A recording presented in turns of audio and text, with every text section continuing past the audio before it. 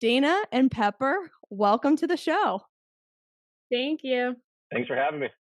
Of course. Well, so you guys were actually the winners of the giveaway competition. And last month, before Female Athlete High Performance came out, I did a contest for whoever tagged someone in my post and then shared it on the story.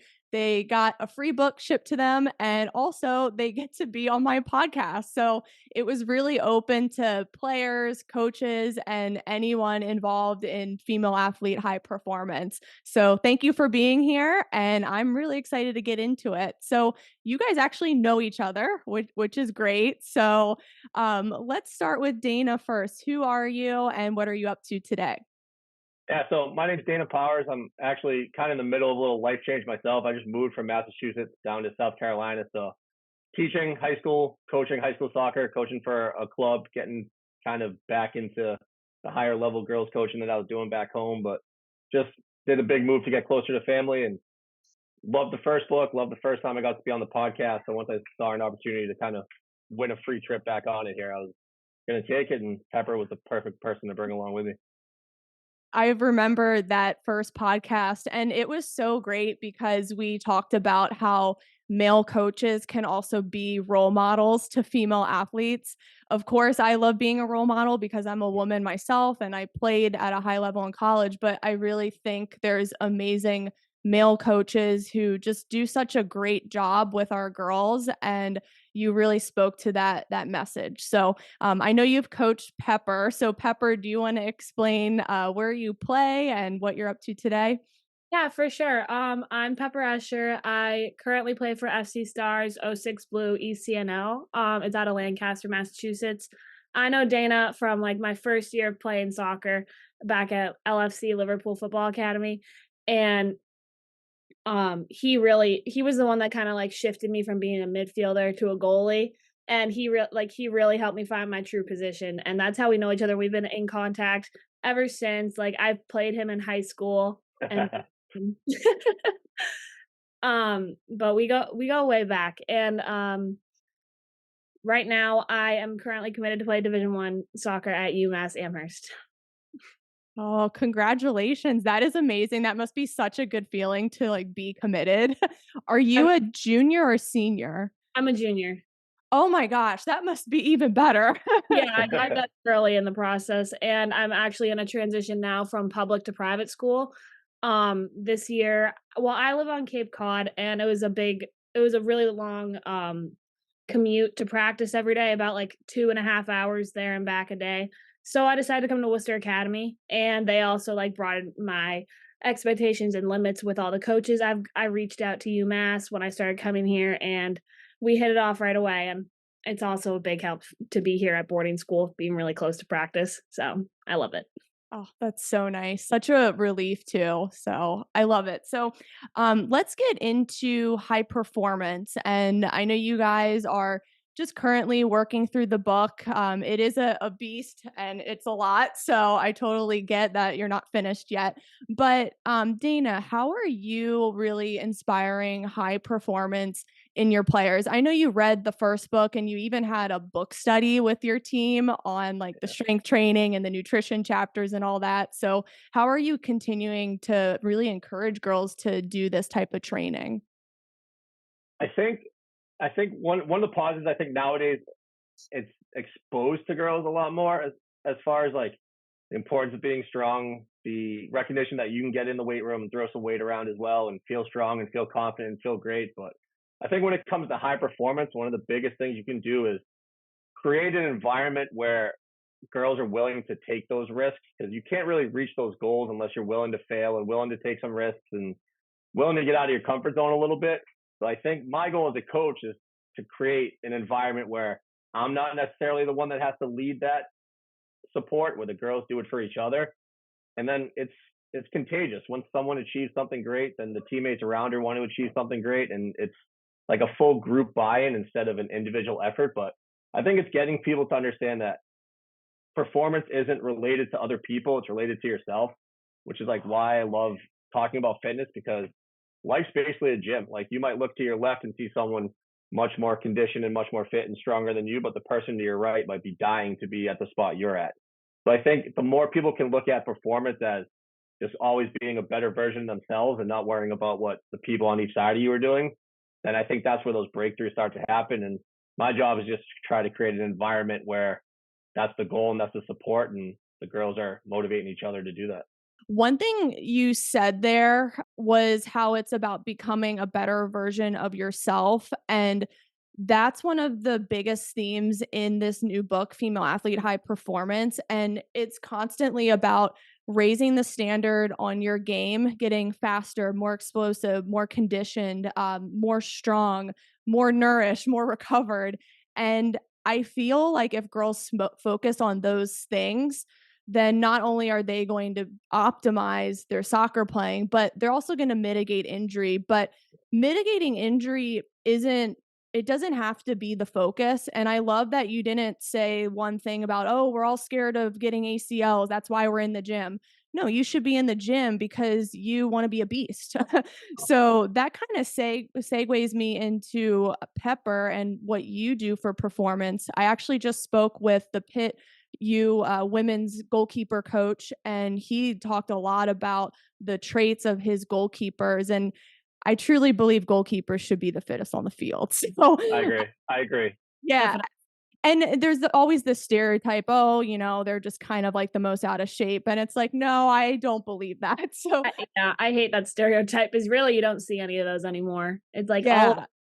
shredded, fit, like we're ready to go all the time. So you're about to play at the Division 1 level in a few years. So what are you doing to raise your performance for that? So for the last couple of years, I got into weightlifting, and it's different for my position because you don't necessarily need to be doing like what the midfielders are doing, like just running 5 miles a day, 10 miles a day. I'd like to focus more on like building up my muscle, and I also add a day of plyometrics to get like my verticals in. So I make sure to focus more on getting my muscle up and also keeping it lean. So every day you'll see me like either in the gym, like the weight room or on a treadmill, and then I'll include a day of plyometrics, get some jumps in, work on my vertical. But other than that, it's also just keeping like my mentality. Like it's definitely very difficult, especially as a goalie, with all the pressure, like being like, oh, like if you let like it's harder if you let one in. What as a forward, if you like miss a shot, it's like fine. So there's definitely a lot of pressure on our backs as like with my specific position, but I'm doing good, like, controlling that, especially, like, in the weight room, like, fitness really does help me a lot. It makes me feel better, makes me, like, do better with everything. So, mentally and physically, I'd say the gym, like, on repeat. And do you do strength training pretty much year round? Yes, I do, yeah. That's Um awesome. I make sure to go, like, heavier lifting, like, in the winters when I'm, like, just starting club season back up, but in high school season and spring season, I like to focus more on plyometrics and running, just because that's when, like, in season, it's more important to stay lean, but, like, in the winter, like, you bulk up a little bit, get your muscle up, and then you shred it down, just be muscle and, like, ready to go and have, like, your endurance up as well. So, that's what I do. Think that's so great that you said bulk up because I feel like Uh, a lot of girls like would never utter those words. yeah, But no, it's yeah. so crucial to have that muscle. I mean, you can't go wrong being strong. I would be afraid of being weak if anything. Yeah, exactly. I like to make sure that I always have a lot of strength because, like, our position, you're expected to be slide tackling and, like, dive into, like, through a huge, like, 24-foot, like, big net. So you're expected to, like, have your strength up, have your fitness up, and, like, you're colliding with people all the time, so it's really important to make sure you have a lot of muscle. Yeah, and you also face a lot of 1v1 battles, or you Yep. have to be strong on the corner kicks when it's really crowded in the box. I mean, just so many things that goalkeepers have to endure and really rise to the occasion. So I really love to hear that you're strength training year round because usually I see girls during the season just get kind of busy and they don't prioritize it. And then they come back when they took a couple months off and we've lost what we've gained. And that's not going to fly at the D1 level and a lot of the other college levels, right, Dana?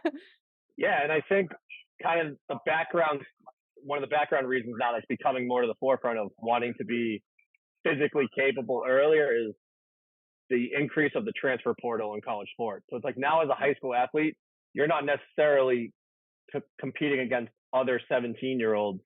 You need to be big enough, strong enough, athletic enough to now compete with the 20-year-olds that are in the portal, the 21-year-olds that are in the portal, the 22-year-olds.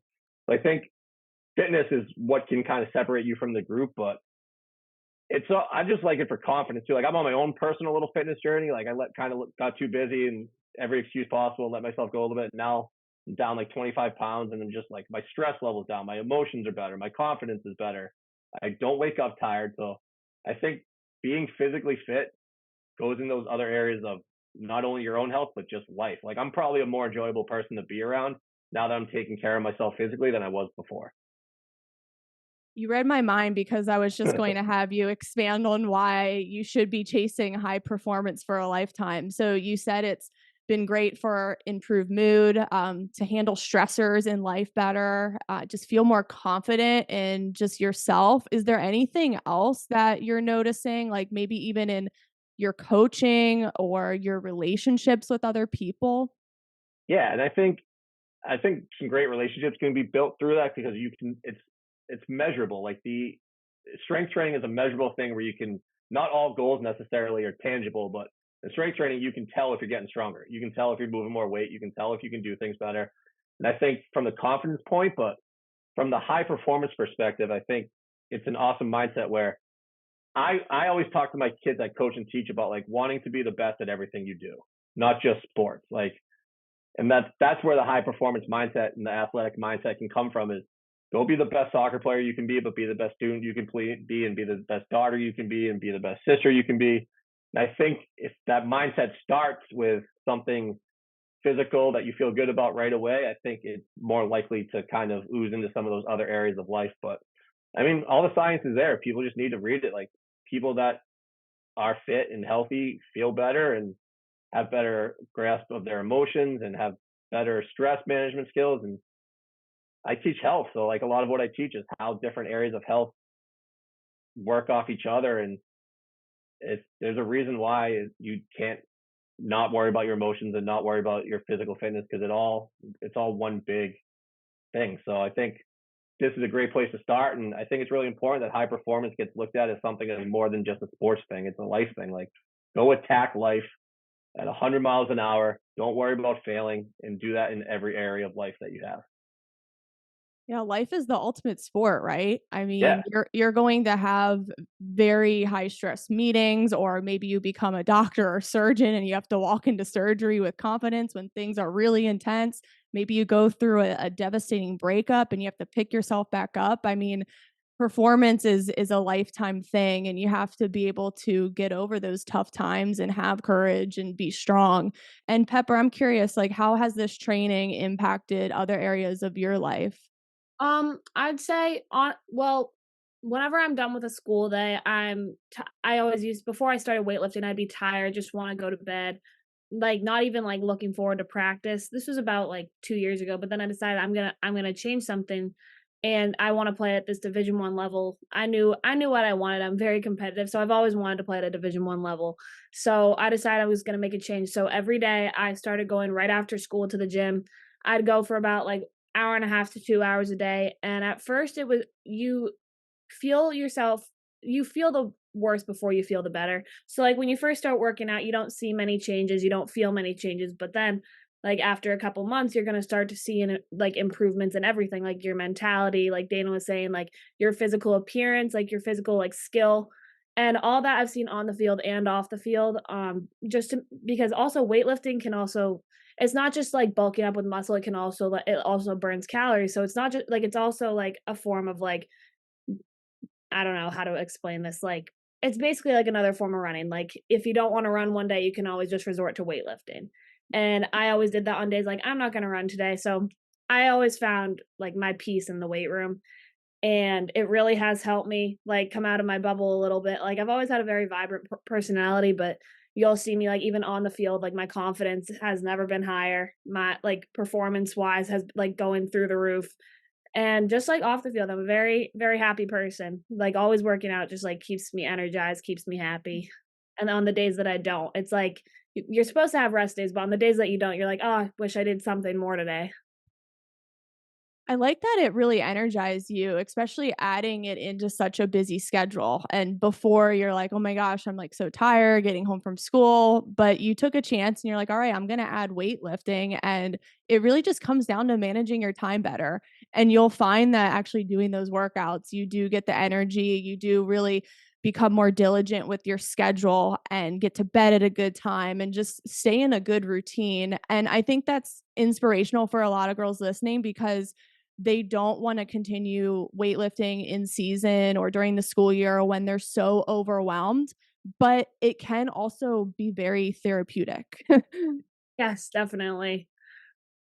Dana, now, is there any advice you would give for coaches as we sort of wrap up this conversation? If they're kind of struggling to get their female athletes to do high performance training, what advice would you have for them?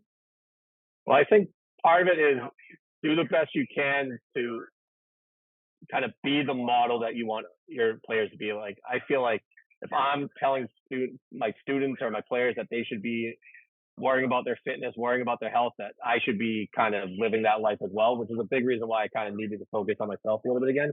I think the other thing is be willing to ask for help. Like you've been such a massive like help to me. So has Dave. Like people that be willing to recognize that like there are people out there that know more about this than I do that want to help people learn more about it as much as they can. So go reach out to those people. Like we live in a world where it's easier to communicate with people than it's ever been ever. Like you can follow someone who knows the stuff on Twitter, send them a message. Like people are so willing to help others that I think it's important to recognize that I need help with this. Like I want to learn more as much as I can to help my athletes. I might need to reach out to someone else to do that. And you need to be willing to say, I need help to put my players in the best position they can be in, because if you don't, then you're just doing a disservice to your girls, and that's not fair to them. So you need to use every resource you possibly can. But I think it's under just looking at, and I think the other part of that is looking at your athletes is more than soccer players. Like if you really care about them as people, you'll want them to be the best versions of themselves in other areas of sports.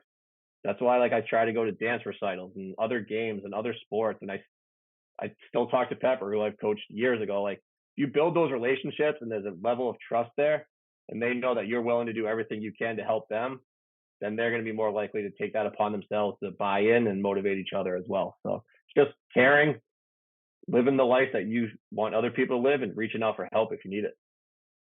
That's brilliant. Now, Pepper, what advice would you give for young female soccer players as they go on this high performance journey and maybe they want to play in college at the next level? I'd say the process is really difficult and can be emotionally damaging. Like if you're talking to a school, they don't necessarily want you, or you don't get the playing time you deserve or want.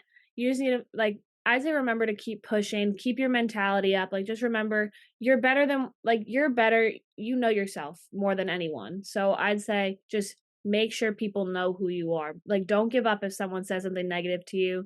Keep driving, keep that perseverance, and don't don't quit because something like is always going to come out of it. Like the process is just very difficult in anything, even if you're at a young playing level. It's a very difficult to like find the position you want, because I know I always used to want to play forward, and it took me a while to accept the fact that I was a goalie, but now it's the best decision I've ever made. So just remember to like keep your head up, keep your mentality up. And there's a lot of things that can help that, such as like working out, keeping your nutrition up. All these things can factor into it. What Pepper does really well is kind of what I was just talking about. Is like she asked for help in her journey. Like she didn't try to do it all herself. She didn't think she'd do it all herself. She did a great job of being organized and knowing what was expected of her and doing a lot of little things. But she also knew she could shoot me a text message at any point in time and I'd help her out. Same with probably her Stars coaches or Worcester Academy coaches. Like she was kind of had the mindset of I have this support system around me, so it'd be silly to not use it. And hopefully that took a little bit of stress off her. But she was a super organized kid. She knew what she wanted. She got advice on what she needed to do to get there, and then she acted on that advice. And I think that's huge: is reach out to people and never be too proud or to have too much pride to ask for help with these massive situations that are coming up in your life at this age. That is such a great note to end on, but I do want to have some fun before we leave. So we're just going to do some fun questions. The first one is for Pepper. Who is your favorite female athlete role model? I'd say Serena Williams. I've always looked up to her, like, since I was a little girl. Like, I watch soccer now, but the one female athlete that I've watched since, like, I knew what sports were, I was always Serena Williams with my family. She's just so empowering. She, like, really has that voice for female athletes that might not be as confident and might not, like, know what their true skills are, but she really persevered in her whole journey, and she's one of the greatest figures in all athletics. So I think that's really inspiring. I don't know why, but I had a feeling you were going to pick her. I did I too. I actually reference her in my book, so you'll really like it. Now, Dana, I have a fun question. I'm going to throw you a curveball. This wasn't on the list I sent you guys, but Let's go. describe Pepper's playing in one word. Fearless. Oh, that's so good. You like said that without hesitation. That is amazing. Okay, Pepper, describe Dana as a coach in one word. Oh, amazing. Like, Okay. you can, like, like, he drives you, like, super driven. I feel like amazing's always like the first thing that comes to people's Oh, mind. no, Like no, I I don't. had Sarah Shupansky, one of the leading goal scorers on Pitt, on the podcast last month, and I asked her about Coach Randy, and she also said amazing. Like there's no other word for it. Pepper, again, what's your favorite exercise in the gym? In the gym, I'd say different variations of squats and plyometrics. It really like, it's very important to make sure, even if it's not the funnest at the moment, it might hurt, it might be painful. I love doing all sorts of leg variations to make sure that I'm getting the height that I need to get those high balls and, like, making sure I can get across the net. So plyometrics and squats, I'd say I love it. Do you have a least favorite exercise, but you do it anyway because you know it's good for you? Running. Yeah, I think a lot of people can say that one. Okay, fair enough. Dana, as a life athlete, what's your favorite exercise? Deadlifting. I Oh, know, I like, love that. just because it's one of the ones I feel more confident with. You can load up some weight on it, and I just feel like getting some weight off the floor and up in the air just makes me feel good. So when in doubt, even if I'm too tired to do a full workout, I make sure I get some deadlifts in, and I'm good. And deadlifts are so great as we get older for our knees, so we Yeah, don't have to get knee replacements in our 50s. So, yeah, my last that's one of question. the biggest reasons to stay strong is to avoid issues down the road. Like my brother's a physical Yeah. therapist, and you walk into his clinic and he has 70-year-old people deadlifting and using kettlebells, and like Mhm. strength wins always. Yep. Yep. You got to keep going. And if anything, like the older you get, I would argue the harder you have to work out and the more Yeah. you need to stimulate and challenge your muscles. Pepper, what's your favorite pregame meal? I'd say the day before has to be some pasta. Get some good carbs, protein into your diet. Pre-game meal would have to be like a bacon, egg, and cheese and a gator. I like that. Okay. Yeah. A little bit of everything in there. You got carbs, protein, a little bit of healthy fats. That's awesome. Now, Dana, what's your Starbucks order? Oh, so I basically get the same thing every time because it's like the only thing I know how to say. What do I get? I got a non-fat white chocolate mocha or something like that, ice drink. Just because like it's literally the only thing I know how to order there. But I've gotten some other stuff in there I like too. But That sounds delicious. around this time of year, it's peppermint anything, and I'm good. Peppermint mocha Yes. anything, and I'm good. Yeah, I love the peppermint mocha during Christmas time. Have Just to. tastes like the holidays. Exactly.